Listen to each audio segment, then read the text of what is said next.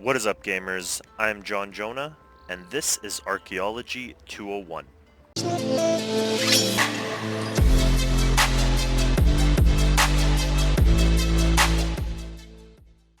Now, if you have seen the complete guide for level 70, then you've already seen this video. The complete guide came out to be over 1 hour long, so all I did was take each individual section and split it off into their own videos. This one is all about the mysteries that you can unlock by level 70. If you want a video that's a one-stop shop for all the content you can unlock by level 70, then see the link in the description below for the complete guide. Or if you're interested in some of the other unlockable content for level 70, you can find the links to their respective videos in the description below. I've also included the corresponding links to the RuneScape wiki, as you may find some useful information there as well, especially when you pair it with this video. One last thing I'd like to say, just as a thank you to everyone who subscribed to my channel from my last video. As you know, I am trying to reach 1,000 subscribers, and it's a huge help to me when you guys subscribe. It leads me to getting monetized by YouTube and ultimately gets me the funding I need to produce more videos in a timely fashion. So please consider subscribing if you haven't already. Okay, now we're going to move on to the mysteries section. Please be sure to utilize the timestamps in the description below if you want to fast forward to a particular mystery that you are missing. At Kharid, I will be covering the first 3 mysteries here. I will not talk about the Forgotten Prisoner, because although you can start it, you can't really finish it. At least not until level 107. At the Infernal Source, we will be covering all 4 of these mysteries, and I will be doing Dagon with you. At Everlight, we will be doing the first 3, and I will be briefly touching on the final one.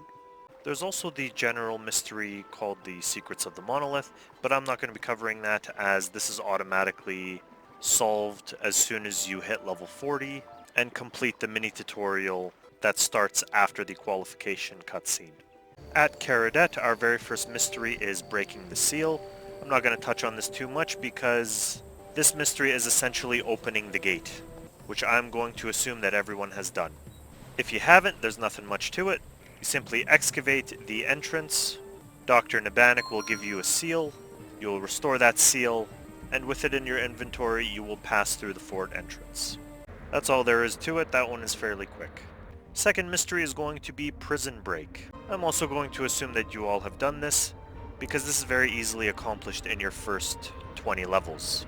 You will simply excavate all around the first level until you collect all 4 of the custodian log pages. You only really need the first 2 to get things started. You will talk to Liam, who will give you a broken dial.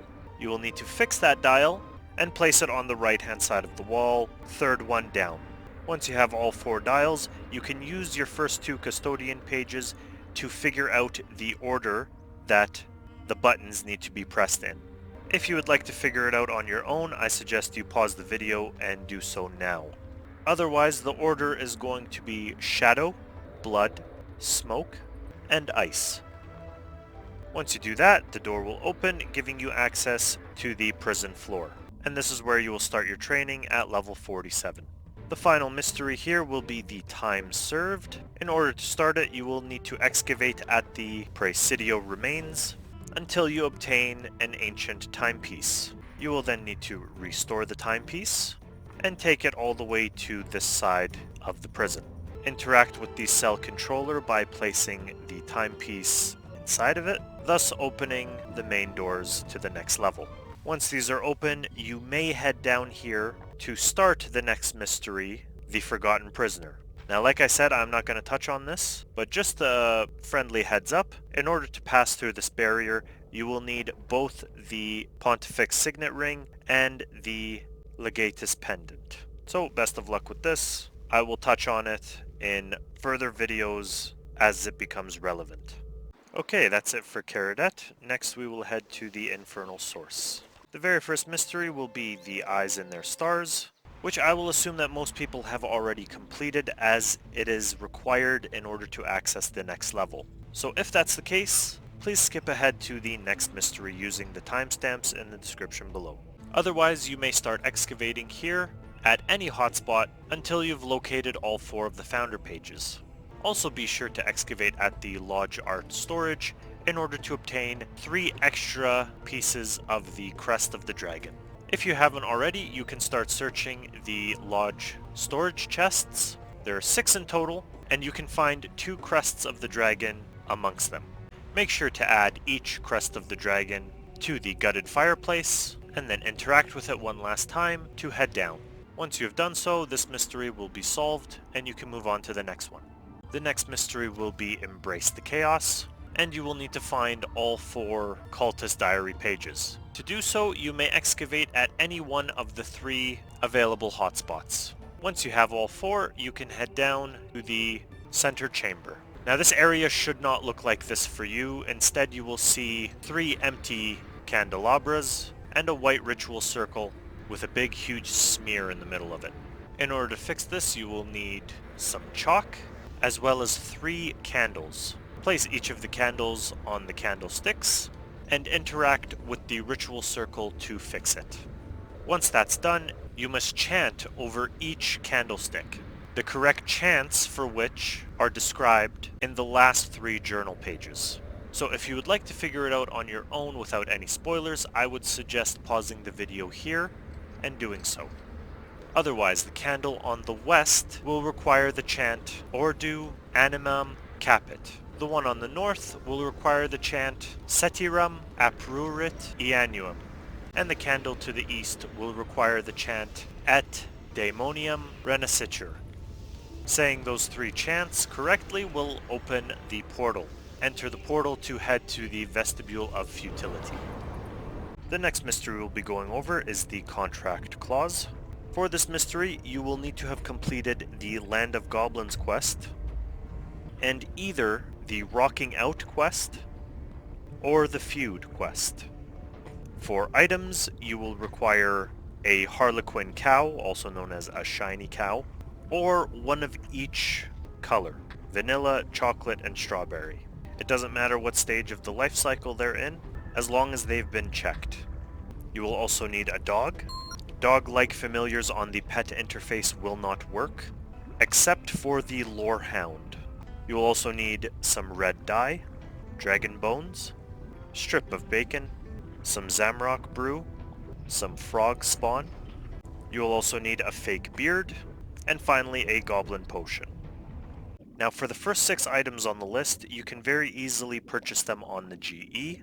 However, for the last 3, you might need to do a little bit of work. For the frog spawn, be sure to come to this area of the Lumbridge Swamp Slayer dungeon, and you can simply net the fishing spot to collect them. For the fake beard, if you have completed the quest The Feud, you can come to this area of Kharid and speak to Ali Morrison. You can trade him, select option number 4 to look at his general stock, and purchase a fake beard for 1 GP. Alternatively, if you have completed Rocking Out, you can head to Brain Death Isle by using the quick travel option on Pirate Pete, and talk to Captain Brain Death, choosing the Talk About Something Else option to retrieve the fake beard. Finally, for the Goblin Potion, you will need to purchase a vial of unfinished Toadflax Potion, and take it over to the Makeover Mage, located just here, southwest of Falador. With the Toadflax Potion in your inventory, you can talk to the Makeover Mage and request some more for Makos Berries. You can combine the 2 ingredients to create the Goblin Potion. With all the items in your inventory, we can get this mystery started. First, begin by talking with the first Gargoyle, just here. He will give you some dialogue and a direction to go to the first Gargoyle. Now, the position of each Gargoyle works like the face of a clock. So I'm going to be going in order from 1 all the way around to 12. Just use your Chaos portals to navigate to the northeastern section, where you will find the Aries portal. You will be interacting with each portal to collect its corresponding coin, and then you will interact with it again using the required item or action in order to cross. Aries will require you to have a dog to follow you in order to cross. After interacting with him, he will send you to Taurus. Use the Chaos Portal to jump across, and then the Dragon Portal to jump down to the lower level. Walk back to the northeastern section where you will find the Taurus Portal. Once again, click to collect the coin, and this time you will be doing the angry emote towards the portal. Once you're on the other side, do the angry emote again towards the Gargoyle to allow him to talk to you. The third Gargoyle will be Gemini. This one will require you to have the Harlequin cow. Offer him the cow or cows, as he will need to consume one of each flavor. The fourth Gargoyle will be Cancer. This Gargoyle will require the red dye. The fifth Gargoyle will be Leo. He will require you to sustain some self-injury. This is where your Zamorak Brew will come in. You take a sip, and it will allow you passage through this portal. Once that's done, double back to the Dragon Portal, and use the Chaos Portal to get to the southern end of the area. Number 6 will be the Virgo Portal. This Gargoyle will require the strip of bacon. The 7th Gargoyle will be Libra. In order to pass through this portal, you will need to do the raspberry emote towards it. Once you do that, you can step through the portal and blow a raspberry at the Gargoyle in order to let him talk to you. Number 8 will be Scorpio. This Gargoyle will require the frog spawn. Gargoyle number 9 is going to be Sagittarius. In order to get there, we're going to have to double back towards the Dragon Portal on the southeastern end of the area in order to drop down to the second level. Once here, make your way to the north end of the area and use the Dragon Portal here to drop down to the third level. Once at the third level, we can carry on with the Sagittarius Portal. Here you will require any overhead protection, curse, or prayer. Once that's done, number 10 is going to be the Capricorn Portal. This Gargoyle will require the fake beard, so make sure you have that equipped in order to cross the portal. Number 11 is going to be the Aquarius. In order to cross through this portal, you will need to unequip any and all items, and then you will need to take a sip of the Goblin Potion. It doesn't matter which Goblin you turn into, as long as it's a Goblin. Once that's done, hop back onto the Dragon Portal and travel back the way we came in order to get back up to the first level. Once here, continue using the Chaos Portals until you are at the far north end of the area. At the far north end, you will see the 12th and final Gargoyle, who is Pisces. He will require the Dragon Bones. Once you've talked to each Gargoyle, come back to the main entrance and talk to Ophiuchus to complete the mystery. Once that's done, we will now be able to start Dagon by. The only thing we really need for this mystery is to have a Chaos Star on our tool belt. This Chaos Star will give us a 100% success rate when navigating across the Chaos Portals. So now our goal is to get to the very bottom. In order to do that, we're going to follow this path. You're going to take the Dragon Portal down to the second level, then head to the Chaos Portal in the northeast section, then take the Dragon Portal that's just nearby. Then you're going to double back to the southeast. From here, you will take the Dragon Portal down to the last level. Once down here, you will talk to the Gatekeeper. You'll have some dialogue here, and then you will uncover the mystery.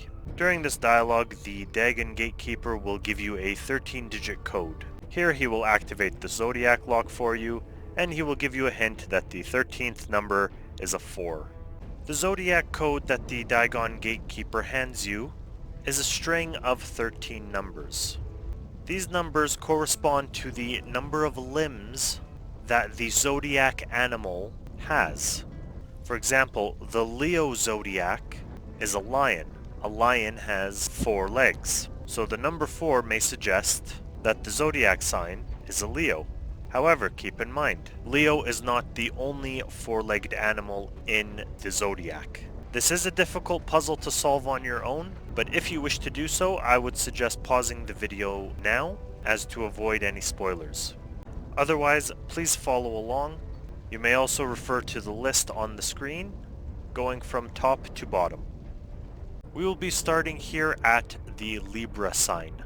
Next will be Virgo, Scorpio, Aquarius, Libra again, Pisces, Virgo again, Aries, Sagittarius, Pisces, Capricorn, Aquarius, and Aquarius.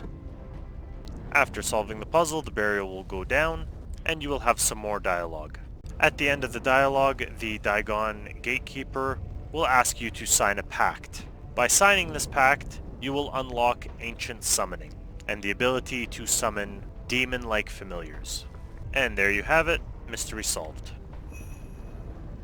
Please note that once you've completed the mystery, you can return to the Dagon gatekeeper at level 98 to deliver him 2 fully restored Hellfire Cathars. Doing so will reward you with the Rings of Razuli relic. Aside from that, you can now make your way towards Everlight. Here at Everlight, you will have 3 mysteries that you can uncover. To start things off, you will have the Fallen Angels mystery. In order to start it, you will need to excavate at the Prodromoi remains until you uncover a set of Icyene remains. From there, go back to the site camp and speak with Vansecula.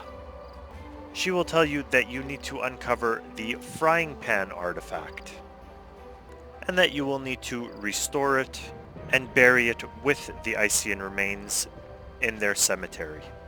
You may continue to excavate at the Prodromoi remains until you uncover the Frying Pan. Once you've restored the Frying Pan, take both items towards this cliff area, which will put you in the Icyene cemetery. You can then bury the remains at this location. Once you've done so, go back towards the camp and speak with Vanescula to solve the mystery. Once that's done, we will now have the Queen of the Icyene mystery. All you need to do for this is uncover all 4 of the Queen's journal pages. The relevant excavation sites you will need to dig at is here for the Prodromoi remains, here just slightly south for the Monocreos remains, and slightly east of that for some more Prodromoi remains. Once you've found all 4 pages, go back to the camp and speak with Vanescula to solve the mystery. The last mystery we can solve here will be the Fall and Rise. Similar to the Queen of Icyene mystery, all we really need to do here is uncover the 5 athletes' journal pages.